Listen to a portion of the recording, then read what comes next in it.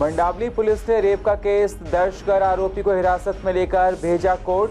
कई बार लड़की के साथ किया था रेप, लड़की से शादी के लिए करता था मना, लड़की को जान से मारने और अश्लील तस्वीर वायरल करने की देता था धमकी। कृष्णानगर में स्कूल में हथियारों के साथ घुसने वाले बदमाश को पुलिस ने पकड़ा। बदमाश की पिस्टल को स्कूल से बरामद किया गया। लोगों ने ली राहत की सांस। वेलकम में खाना खाने निकले युवक की गोली मारकर की गई हत्या। आरोपी की पहचान सीसीटीवी कैमरे में हुई कैद। पुलिस कर रही है आरोपी की तलाश। इलाके में फैली है दहशत।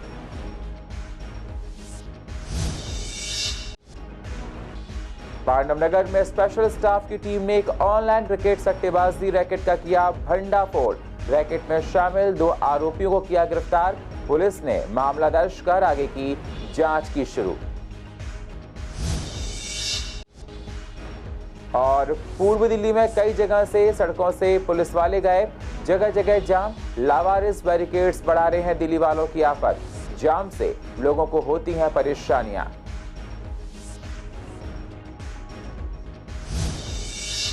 नमस्कार, स्वागत है आप सभी का सीसीएन में। मैं हूं आपके साथ सुनील चौहान और आप देख रहे हैं पूर्वी दिल्ली खास। अब होते हैं रूबरू पूर्वी दिल्ली की अहम खबरों के साथ। एक लड़का लड़की के बीच वर्षों पहले फेसबुक पर शुरू हुई दोस्ती का अंत रेप केस से हुआ है। आरोप है कि लड़के ने हैदराबाद से दिल्ली आकर लड़की के साथ कई बार रेप किया। ऐसा उसने शादी का झांसा देकर किया। जब लड़की ने शादी का दबाव बनाया तो आरोपी ने उसकी अश्लील तस्वीर सोशल मीडिया पर वायरल करने की धमकी दी। फिर भी ना मानने पर जान से मारने की धमकी दी। इस मामले में मानसरोवर पार्क थाना पुलिस ने युवती के बयान पर रेप का केस दर्ज कर आरोपी को अरेस्ट कर लिया है। आरोपी को कोर्ट में पेश किया गया है, जहां से उसे न्यायिक हिरासत में भेज दिया गया है। यही नहीं, कोर्ट ने आरोपी की बेल याचिका भी खारिज कर दी है। जानकारी के अनुसार दोस्तों की आपको बता दें, दोनों की दोस्ती साल 2015 में फेसबुक पर हुई थी। मानसरोवर पार्क में रहने वाली पिंकी, जो इसका बदला हुआ नाम है, कि फेसबुक प्रोफाइल पर हैदराबाद के रहने वाले लड़के की फ्रेंड रिक्वेस्ट आई थी। दोस्ती हुई, दोनों ने एक दूसरे के मोबाइल नंबर भी एक्सचेंज किए। बातचीत शुरू हो गई।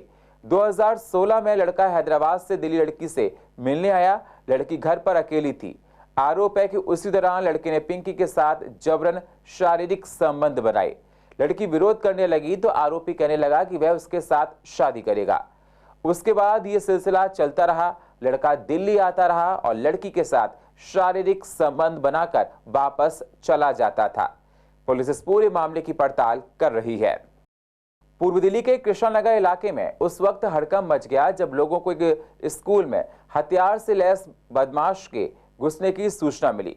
सूचना मिलते ही स्कूल में पढ़ने वाले कई बच्चों के परिजन भी पहुंच गए और इस बीच लोगों को पता चला कि पुलिस ने बदमाश को पकड़ लिया है। तब जाकर लोगों ने राहत की सांस ली।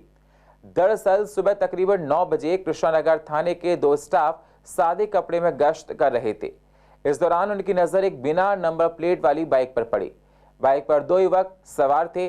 पुलिसकर्मियों ने रोका, बाइक की चाबी निकाली और पूछताछ शुरू कर दी। इस दौरान एक बदमाश ने पिस्टल निकाली और पुलिस को मारने की धमकी देते हुए वहां से भागने लगे। पुलिसकर्मियों ने हिम्मत दिखाते हुए एक बदमाश का पीछा कर उसे दबोच लिया, जबकि दूसरा पिस्टल लेकर पास के सर्वोदय कन्या विद्यालय में गार्ड को धमकी देकर घुस गया। स्कूल में हथियार लेकर बदमाश घुसने की सूचना मिलते ही थाने के एसएचओ सहित कई पुलिसकर्मी मौके पर पहुंचे। स्कूल और आसपास के क्षेत्रों में घेराबंदी की गई और बदमाश को धर दबोच लिया गया। उसने स्कूल परिसर में अपना पिस्टल फेंक दिया था, उसे भी बरामद कर लिया गया है। शादरा जिला के डीसीपी आर साथिया सुंदरम ने बताया कि स्कूल के सभी बच्चे सुरक्षित हैं, किसी को भी कोई नुकसान नहीं पहुंचा है। दोनों बदमाशों को जाबाज पुलिसकर्मियों ने पकड़ लिया है।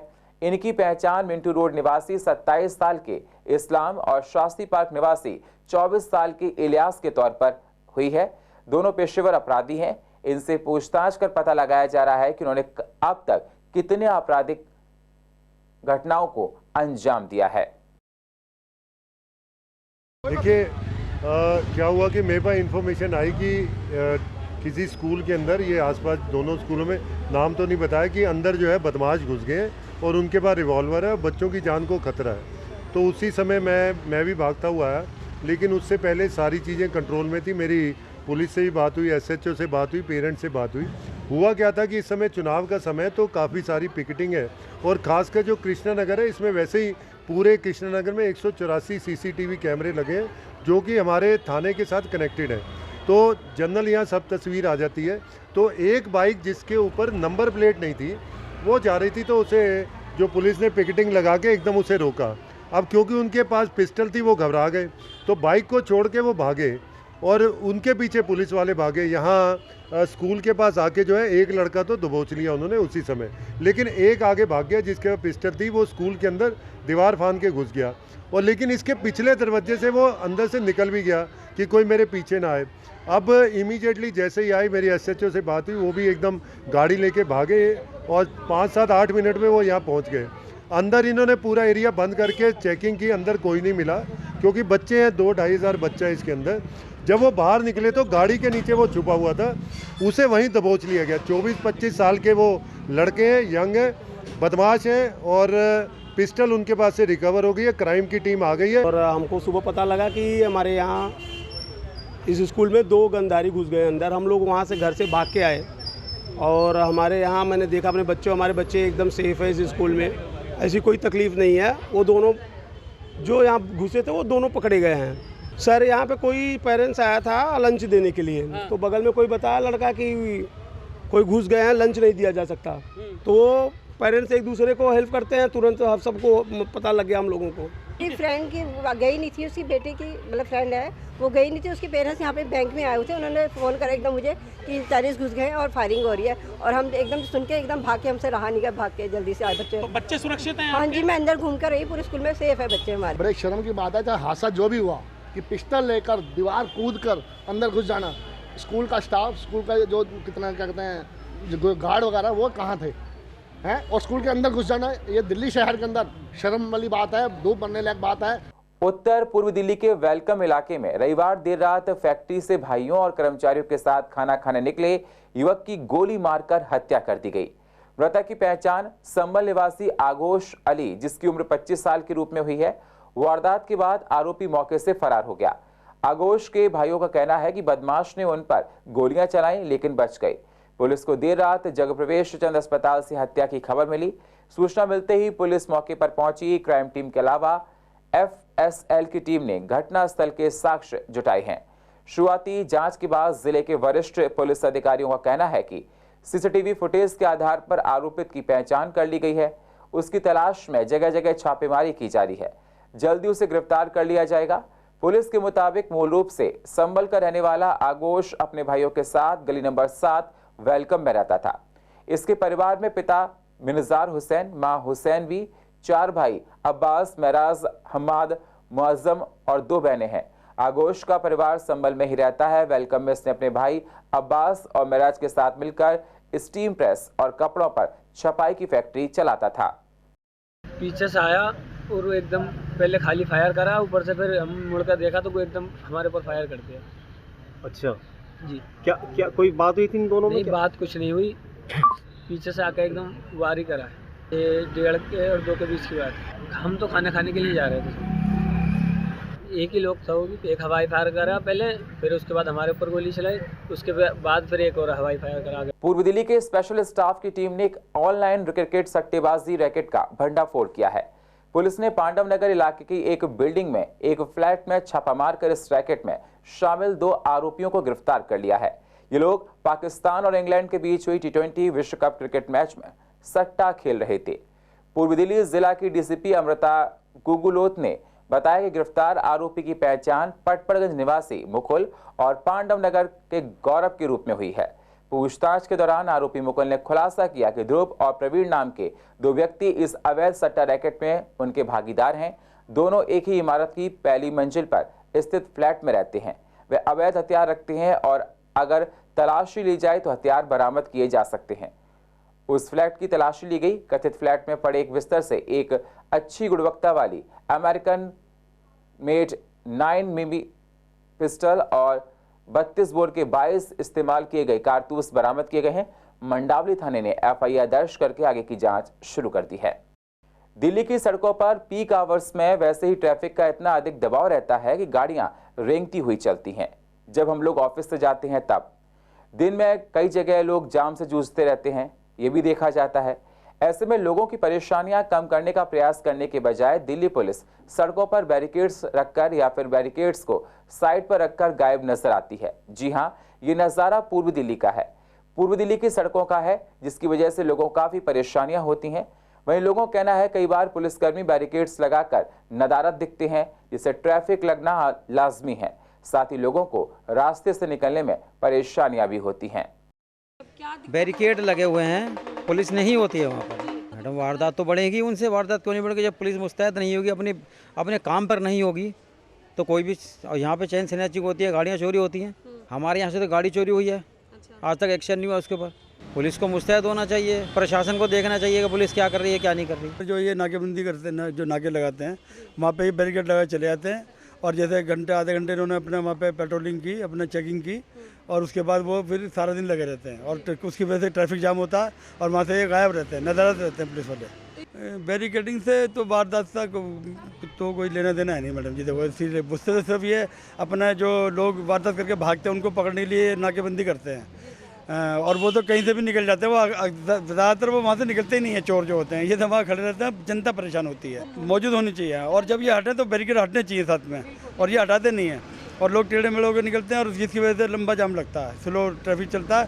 ये तो बहुत बड़ी खामी है कि दिल्ली ट्रैफिक पुलिस की, दिल्ली पुलिस की। बैरिकेड्स के मामले में अगर कहा जाए तो वहाँ पर पुलिस होनी बहुत ज़रूरी होती है। अगर बैरिकेड्स लगे हुए अगर पुलिस नहीं है तो बैरिकेड्स का फायदा क्या? ट्रैफिक जाम ही होगा, उससे और कुछ नहीं होने वाला। इलाके में लगते हैं, बैरिकेड्स लगाए जाते हैं, लेकिन उनका फायदा जब ही होगा जब तक पुलिस नहीं होगी तो कोई फायदा नहीं है उनका। पब्लिक ही परेशान होगी उससे, और कुछ उससे फायदा नहीं है। दिल्ली में डेंगू के मामले लगातार बढ़ते जा रहे हैं। बढ़ रहे केस से लोगों को परेशानियां हो रही हैं। पूर्व दिल्ली के पूर्व मेयर का कहना है कि निगम की तरफ से मच्छरों की ब्रीडिंग को रोकने के लिए हर संभव प्रयास किया जा रहा है। फॉगिंग की जा रही है, लोगों को भी जागरूक किया जाए जिससे डेंगू की रोकथाम को रोका जा सके। दिल्ली के अंदर अभी तक 2761 मामले आए हैं। डेंगू के इतने मामले आना अपने आप में चिंता का विषय है, लेकिन राहत की बात यह है कि कोई भी कैजुअलिटी नहीं हुई है। हमारे निगम के सभी हॉस्पिटल इसके लिए तैयार हैं। स्वामी दयानंद ने 50 बेड का हॉस्पिटल बनाया हुआ है और आज केवल 2 पेशेंट वहां पे मौजूद हैं। जो पेशेंट पहले आए थे वो ठीक होकर जा चुके हैं। मैं आप सबसे सीसीएन के माध्यम से अपील करना चाहूंगा, कहीं भी साफ पानी को जमा ना होने दें। यदि आपने कूलर अभी भी रखा हुआ है, क्योंकि सर्दियां आ चुकी हैं, कूलर में पानी है तो उस पानी को निकाल दें, कूलर को सुखा लें ताकि डेंगू का मच्छर पैदा ना हो। पानी की टंकियों को साफ रखें। हमारे सभी डीबीसी कर्मचारी घर घर जाके चेक करने में लगे हुए हैं। वो नालियों में दवाइयां डाल रहे हैं। फॉग जहाँ पे डेंगू का पेशेंट का शिकायत आती है वहाँ पे फॉगिंग भी चल रही है। पूर्व दिल्ली में आवारा और बेसहारा जानवरों की तादाद लगातार बढ़ती जा रही है। जब पशु दूध देना बंद कर देते हैं तो कई पशुपालक उन्हें सड़क पर ही छोड़ देते हैं, जिसकी वजह से लोगों को सड़क में चलने और ट्रैफिक से निकलने में परेशानी होती है। लोगों का कहना है ये गाय सड़कों के बीच में खड़ी हो जाती है, जिससे ट्रैफिक रुकता है और लोगों ने आने जाने में परेशानियां होती हैं। एमसीडी इन पर कोई सुनवाई नहीं करता, जिससे आवारा पशु सड़कों पर ही घूमते रहते हैं और कई बार तो दुर्घटनाएं भी हो जाती हैं। ये 2-3 महीने से काफ़ी सोसाइटी में हमारे सरहद विहार में, सैनिक किले में गाय की बहुत ज़्यादा शिकायत है। एकदम ही पहले 1-2 गाय निकली, अब इतनी गाय हो गई हैं। अब लोग गायों को ऐसा लग रहा है जैसे पता नहीं कहाँ से इन्होंने छोड़ दिया है। और घरों में भी गाय में, अभी पीछे सैनिक किले में भी किसी घर में घुस के गाय का दरवाज़ा खुला होता, तो इससे तो लोगों को, बच्चों को, सबको गाय हर जगह पे रोड गवर्नमेंट पता नहीं कोई भी डिपार्टमेंट एमसीडी वगैरह कहाँ क्या देख रहा है, किसकी गाय है किसकी नहीं है, उनका चालान काटे, उनको पता करें ना गाय किसकी है। पहले गाय को उठा लेते थे, कोई आवारा गाय होती थी, उनको फिर उसके बाद में जो जिनकी गाय थी वहाँ छुटाने के लिए आता था, जो भी चालान काटते थे। अब तो कोई पूछने ही नहीं आ रहा है यहाँ पर। बहुत परेशानी होती है, ये सारी सड़क भर देती हैं, इधर उधर खाने के लिए जो डालते हैं कई लोग इनको, तो फिर वो सारी सड़क को बंद किया हुआ था। एक्सीडेंट को बहुत ज़्यादा, स्पेशली मेरे जैसे बुजुर्ग और सीनियर, ये 89 का हूँ मैं, और ये सड़क के ऊपर अगर गाय खड़ी हो जाए, भैंस आ जाए तो उसी वक्त बहुत डेंजर खतरनाक होता है। दिल्ली पुलिस मंगलवार को श्रद्धा मर्डर केस के आरोपी आफ्ताब अमीन पूनावाला को लेकर महरौली के जंगल पहुंची। 27 साल की श्रद्धा के मर्डर का आरोप उसके लिव इन पार्टनर आफ्ताब पर है।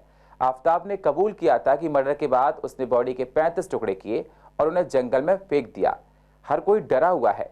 इस मसले पर हमने पूर्व दिल्ली की महिलाओं से बात की तो उनका कहना है कि ऐसी मानसिकता रखते हैं, ऐसे लोग बीमार मानसिकता के होते हैं। जिस तरह से वारदात को अंजाम दिया गया उससे ऐसे लोगों को फांसी की सजा होनी चाहिए। अगर उन्हें उम्र कैद हो तो 10 साल बाद में ही उसे छोड़ दिया जाएगा और फिर से नॉर्मल लाइफ एंजॉय करने लगते हैं। ऐसे लोगों को फांसी की सजा होनी चाहिए।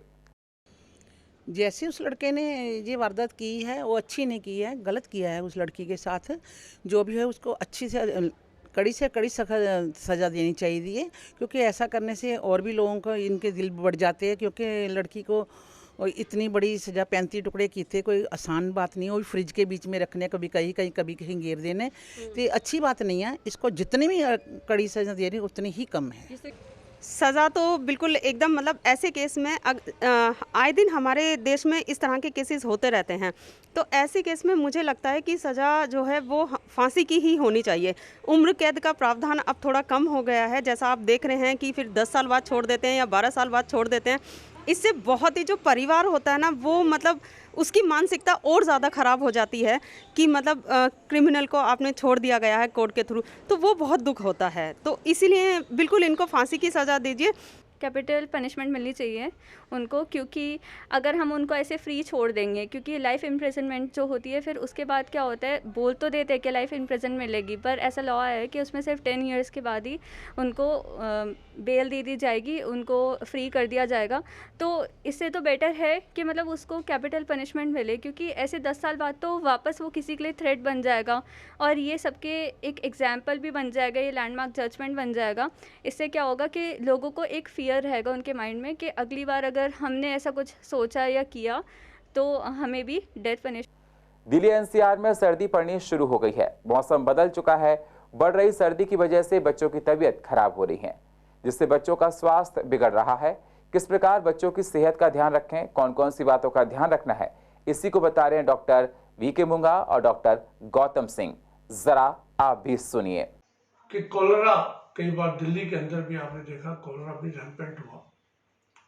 उसी प्रकार देश के अंदर भी बहुत छोटे बच्चों की जल्दी मृत्यु हो जाती थी, कोलेरा, डिसेंट्री और उसके जो पानी की वजह से बीमारियां होती हैं उसकी वजह से। तो समय बदला, समय के साथ साथ पानी की गुणवत्ता देश के अंदर इम्प्रूव हुई, चिकित्सा सुविधाएं बढ़ी और उसमें सबसे बड़ी बात यह हुई कि ORS सॉल्यूशन के महत्व को भारतवर्ष ने विश्व को दिया और उसको पहचाना। यानी आज की तारीख में हर माँ समझती है और जानती है कि ऐसा कोई भी पेट का इन्फेक्शन हो जिसमें लूज मोशन हो या उल्टी हो रही हो, बच्चे को अच्छी मात्रा में पानी और अगर ज़्यादा ही दस्त लग रहे हो तो ORS के रूप में, ओरल रिहाइड्रेशन सॉल्यूशन के रूप में देना चाहिए। धीरे धीरे जो है सर्दी बढ़ती जा रही है, तो बच्चों को जो है वो केयरफुल रहने की बहुत ज्यादा जरूरत है और माँ बाप को ये पता होना चाहिए कि इस समय क्या क्या बीमारियां हो सकती हैं जिससे हमें अपने बच्चों को प्रोटेक्ट करना है। तो देखिए सबसे बड़ी चीज ये है कि इस बदलते मौसम के अंदर जो है डेंगू, मलेरिया, चिकनगुनिया और वायरल फीवर जैसी बीमारियां हो जाती हैं। इसका मतलब यह है कि अगर हम इससे बचना चाहते हैं तो बच्चों को जो है पूरे आस्तीन के कपड़े पहन के रखने चाहिए। घर से जब भी बाहर निकले तो हमें मॉस्किटो रेपेलेंट का इस्तेमाल करना चाहिए और घर के अंदर भी हमें जो है मॉस्किटो रेपेलेंट इस्तेमाल करना चाहिए जिससे कि हमारे को मच्छर ना काटे। तो डेंगू, मलेरिया, चिकनगुनिया से जो है वो मच्छर के काटने से होता है और इससे बचना जो है बच्चों के लिए बहुत ज्यादा जरूरी है। दूसरा, वायरल फीवर जो है इस समय बहुत ज्यादा हो जाता है। वायरल फीवर से बचने के लिए जो है बच्चों की इम्यूनिटी अच्छी रखें, बच्चे भरपूर फ्रूट्स जो है वो खाएं, पानी जो है वो बच्चे कम पीते हैं इस समय पे, तो पानी उनको जो है वो ज्यादा दें। और पूर्व दिल्ली की अधिक जानकारी के लिए आप YouTube पर जाकर CCN लाइव को सब्सक्राइब करें और फ्रेश अपडेट लेते रहें। और फिलहाल पूर्व दिल्ली खास में इतना ही। बाकी खबरों के लिए आप बने रहिए CCN के साथ। तब तक के लिए नमस्कार।